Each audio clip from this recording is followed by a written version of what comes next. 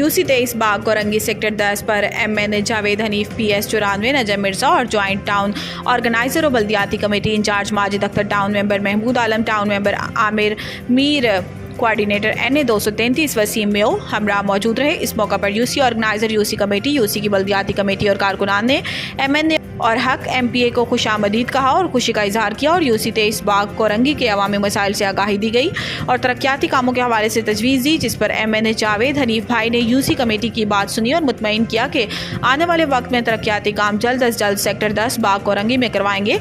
इस बात पर यूसी कमेटी और कारकुनान ने जावेद हनीफ का शुक्रिया अदा किया। DIG ट्रैफिक अहमद नवाज चीमा के दफ्तर में हाजी याकूब अतारी, कोऑर्डिनेटर कराची मजलिस राब्ता दावत इस्लामी, हाजी गुलाम महबूब अतारी, जिम्मेदार कराची मुशावरत मजलिस राब्ता दावत इस्लामी और औरंगी टाउन के मुमताज़ ताजिर मोहम्मद अब्दुल्ला बट्रा अतारी ने कोरंगी 3.5 नंबर के मरकजी ईदगाह ग्राउंड का इज्तिमा जो 1 सितंबर बरोज़ एतवार को होने वाला है, इसके इंतजामात के सिलसिले में मुलाकात की। इस सिलसिले में DIG ट्रैफिक अहमद नवाज चीमा साहब ने अपने मुकम्मल ताउन का यकीन दहानी करवाई। इस मीटिंग में DSP काशिफ नदीम एडमिन और रीडर इंस्पेक्टर मोहम्मद अली भी मौजूद थे।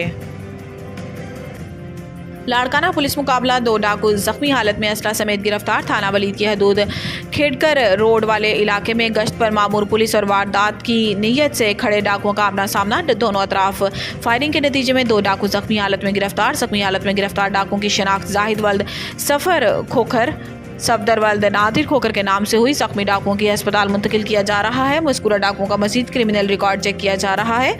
फरार मुल्जिमान की भी शनाख्त हो चुकी है।